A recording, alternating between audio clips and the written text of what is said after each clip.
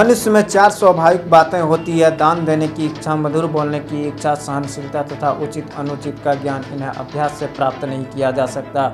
जो व्यक्ति अपने समुदाय को छोड़कर दूसरे समुदाय का सहारा लेता है वह उसी तरह समाप्त हो जाता है जैसे दूसरे धर्म का सहारा लेने वाला राजा। लंबे चौड़े शरीर वाला हाथी एक छोटे अंकुश से वश में किया जाता है। अंधकार से बहुत छोटा दीपक उसे नष्ट कर देता है। अति लघु हथौड़े की चोट से पर्वत गिर जाते हैं। वस्तु अपने तेज के कारण बलवान होती है, बड़े आकार से नहीं।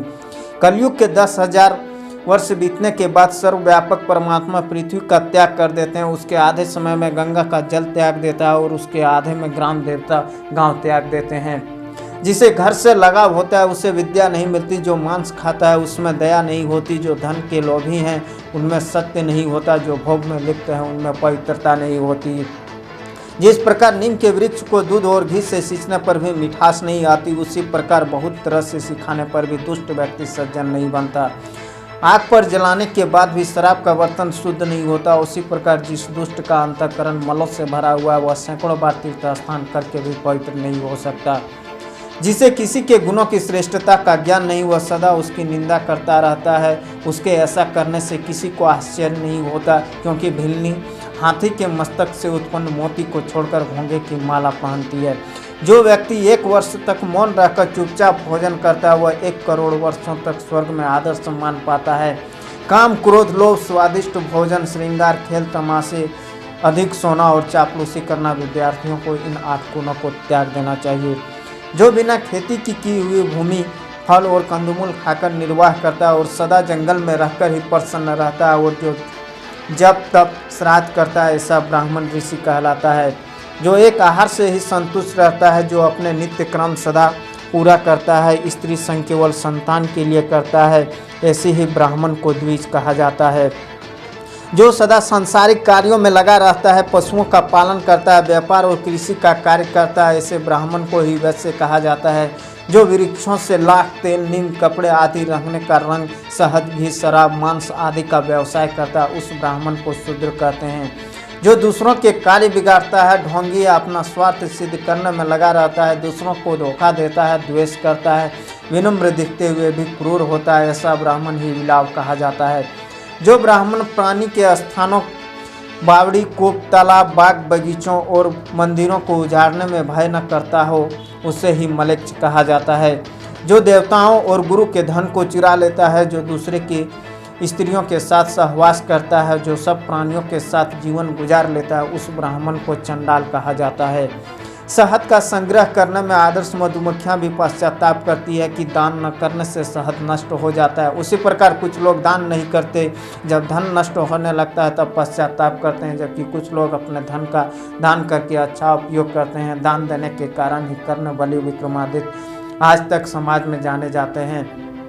उसी का घर सुखी है जिसके पुत्र और उसकी पुत्रियां अच्छी बुद्धि से युक्त है, जिसकी पत्नी मधुर भाषणी है, जिसके पास परिश्रम और ईमानदारी से अर्जित धन है, जिसके मित्र अच्छे हैं, जिसमें सबके प्रति अनुराग है, नौकर आज्ञा पालन करने वाले हों, जिसके घर अतिथि का आदर सम्मान होता हो, प्रतिदिन कल्याणकारी ईश्वर की उपासना होती हो, अच्छे मीठे भोजन और पेय मिलते हों, जिसे सदा सत्पुरुषों की संगति प्राप्त हो, यही सुखी और प्रशंसनीय गृहस्थ आश्रम है। दयालुता और करुणा से युक्त होकर कोई व्यक्ति जो कुछ भी किसी दुखी ब्राह्मण को दान देता है, हे राजन, वह दान देने वाले को उतना ही प्राप्त नहीं होता, ईश्वरी कृपा से उसमें अत्यधिक वृद्धि हो जाती है।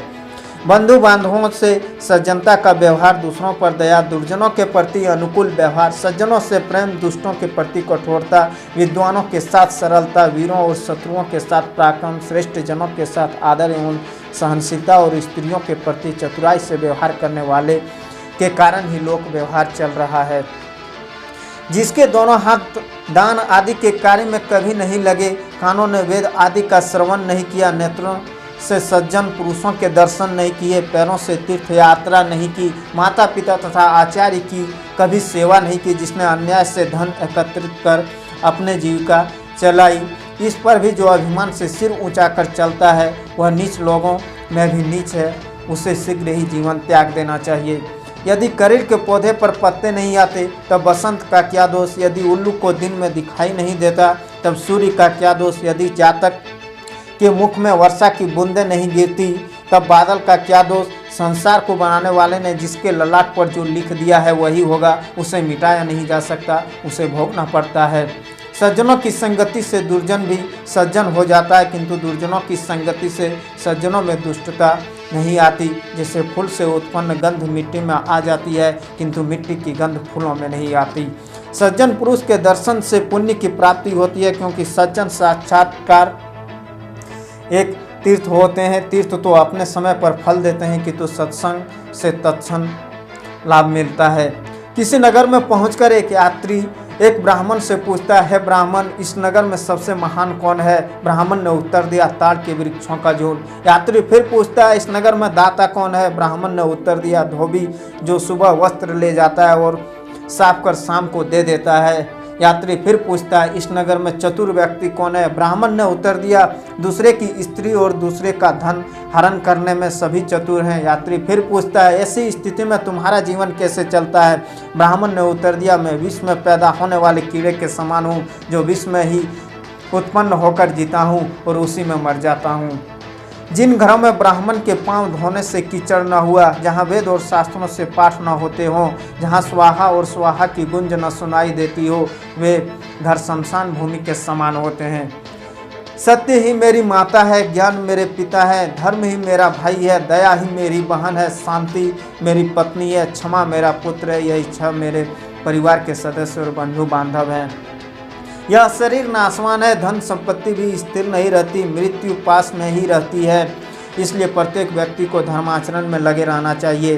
किसी ब्राह्मण को भोजन का निमंत्रण मिलना ही उत्सव है, गौओं के लिए हरी घास प्राप्त होना ही उत्सव है, पति में उत्साह की वृद्धि ही स्त्रियों के लिए उत्सव है, और आर्यों के लिए श्री कृष्ण के चरण में रति ही उत्सव है।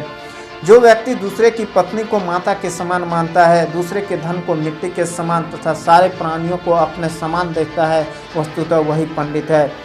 धर्म कार्य में सदा तत्पर, वाणी में मधुरता, दान देने हेतु सदैव उत्सुक रहना, मित्र के प्रति भेदभाव न रखना, गुरु के प्रति विनम्रता, हृदय में गंभीरता, आचरण में पवित्रता, सुंदर रूप और प्रभु में भक्ति, ये सब सज्जन पुरुषों में ही मिलते हैं।